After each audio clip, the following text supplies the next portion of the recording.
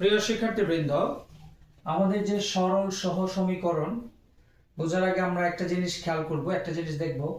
যদি আমি তোমাদেরকে বলি 7+3, এই 7+3টা হচ্ছে নিউমেরিক্যাল এক্সপ্রেশন বা সংখ্যাগত প্রকাশ, সংখ্যাসূচক প্রকাশ এরকম বোঝায়। 7+3 হচ্ছে নিউমেরিক্যাল এক্সপ্রেশন।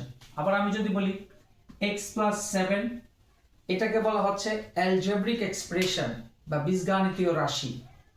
এটা হচ্ছে নিউমেরিক্যাল এক্সপ্রেশন আর এটা হচ্ছে অ্যালজেব্রিক এক্সপ্রেশন। নিউমেরিক্যাল এক্সপ্রেশন আর এটা হচ্ছে অ্যালজেব্রিক এক্সপ্রেশন বা বীজগণিতীয় রাশি। আমি যদি লিখি x+7 = 12, তখন এটা হয়ে যায় সমীকরণ। তখন এটা হয়ে যায় কি?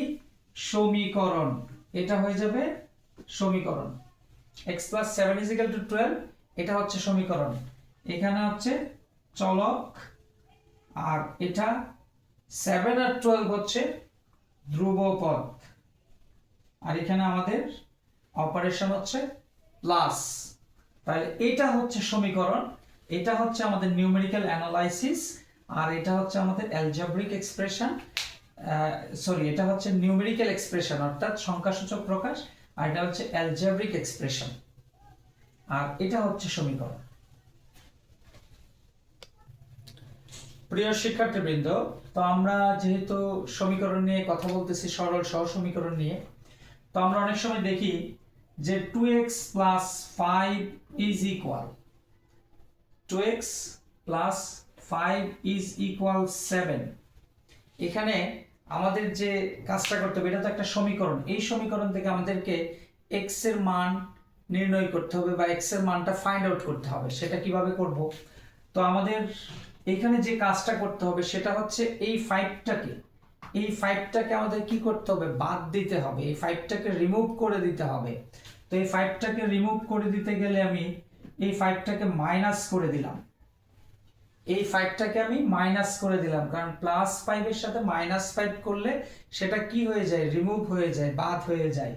তাহলে সেই ক্ষেত্রে ম্যাথমেটিক্সের একটা রুলস হচ্ছে ব্যালেন্স করতে হবে, অর্থাৎ বাম পাশ ডান পাশ দুইটা ব্যালেন্স করে লিখতে হবে। তাহলে এখানে যেহেতু আমি -5 দিয়েছি, অবশ্যই আমাকে ডান পাশেও -5 দিতে হবে। তো অ্যাজ এ রেজাল্ট কি হলো? 5 অর্থাৎ +5 -5 বাদ চলে গেল, এখানে থাকতেছে 2x, আর 7 থেকে 5 চলে গেলে সেখানে থাকতেছে 2। এখন আমাদের তো মান নির্ণয় করতে হবে, x এর মান নির্ণয় করতে হবে। তো x এর মান নির্ণয় করতে গেলে আমাকে তো x কে একা রাখতে হবে, x কে একসাথে রাখা যাবে না। তাহলে সেই ক্ষেত্রে 2 কে বাদ দিতে হবে। তো 2x এর সাথে আমি যদি 2 কে বাদ দিতে চাই, তাহলে অবশ্যই সেটাকে কি করতে হবে? ডিভাইড করতে হবে। কত দিয়ে? 2 দিয়ে ডিভাইড করতে হবে। তো ম্যাথমেটিক্স তো আমাদেরকে বলছে যে ব্যালেন্স করতে হবে, অর্থাৎ আমি যেহেতু এই বাম পাশে 2 দিয়ে ডিভাইড করেছি, অবশ্যই আমাকে ডান পাশেও কিন্তু 2 দিয়ে ডিভাইড করতে হবে।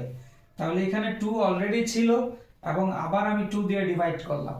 তাহলে দেখা যাচ্ছে এদিকে 2 বাদ, অর্থাৎ x চলে আসছে। আবার এখানে 2 কে 2 দিয়ে ডিভাইড করলে, অর্থাৎ 2 কে 2 দিয়ে ভাগ করলে রেজাল্ট চলে আসছে 1। তার মানে আমাদের x এর মান হচ্ছে 1। ধন্যবাদ সবাইকে।